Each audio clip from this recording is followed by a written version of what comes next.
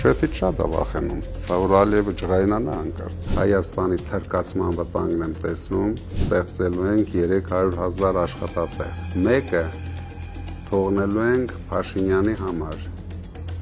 թմբուկ նվագելը։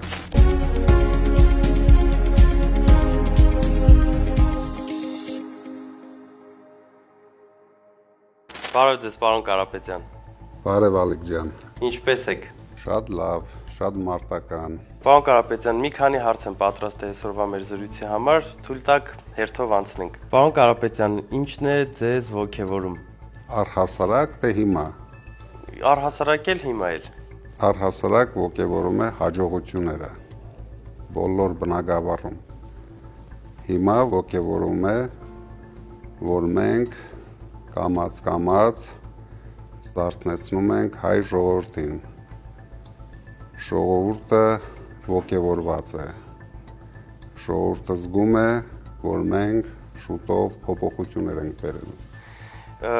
Նիկոլ Փաշինյանը եւ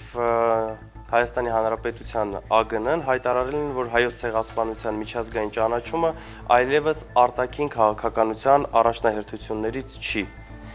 Ինչ եք կարծում, նրանց կհաջողվի այս էջը փակել։ Մենք ինչքան քիչ ուշադրություն դարձնենք Նիկոլ Փաշինյանի իր կառավարության վրա, դրանից հայ ժողովուրդը ավելի շատ օգուտներ է ունենալու։ Նիկոլ Փաշինյանը եւ իր կառավարությունը բացարձակ կապ եւ առնչություն չպետք է ունենան հայ ժողովրդի ապագայի հետ։ Ում պետք էր հարգել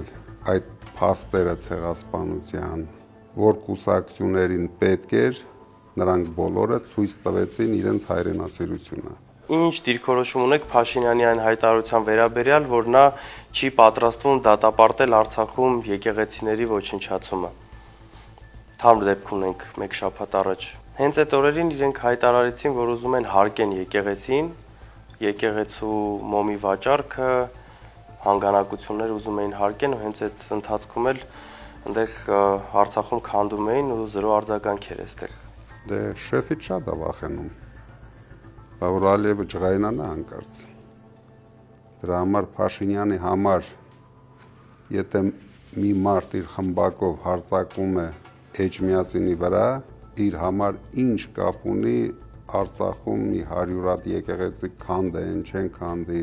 Ինչ դիրքորոշում ունեք Ռոբերտ Քոչարյանի եւ Գագիկ Ծառուկյանի այն հայտարարություններին, որ իրենք ասեցին պատրաստ են աջակցել ամենաշատ ձայներ հավաքած կուսակցությանը։ Երկուսն էլ շատ կոռեկտ հայտարարություններ են արել։ Դա միջազգայինորեն ընդունված փաստ է, որ կառավարությունը ձևավորում է առաջի տեղ զբաղեցրած ուժը, քանի որ մենք վստահ ենք, որ այդ ուժը մենք ենք լինելու, դրա համար շատ շուտով իրենք այդ հնարավորությունը կունենան պաշտպանելու մեր կուսակցության թեկնածուն։ Պարոն Կարապետյան, ինչ վտանգ եք տեսնում այն ծրագրի մեջ, որ ուզում է Հայաստան 300,000 ադրբեջանցի բերի ապրելու։ Սյունիքի կորցնելու վտանգն եմ տեսնում, Սևանի գյոլչա դառնալու վտանգն եմ տեսնում, Հայաստանի թրկացման վտանգն եմ տեսնում, բայց մի անհանգստացի։ Մենք դրա դիմաց ստեղծելու ենք 300,000 աշխատատեղ հայերի համար, նույնիսկ մեկը թողնելու ենք Փաշինյանի համար, թմբուկ նվագելը։ Շատ լավ։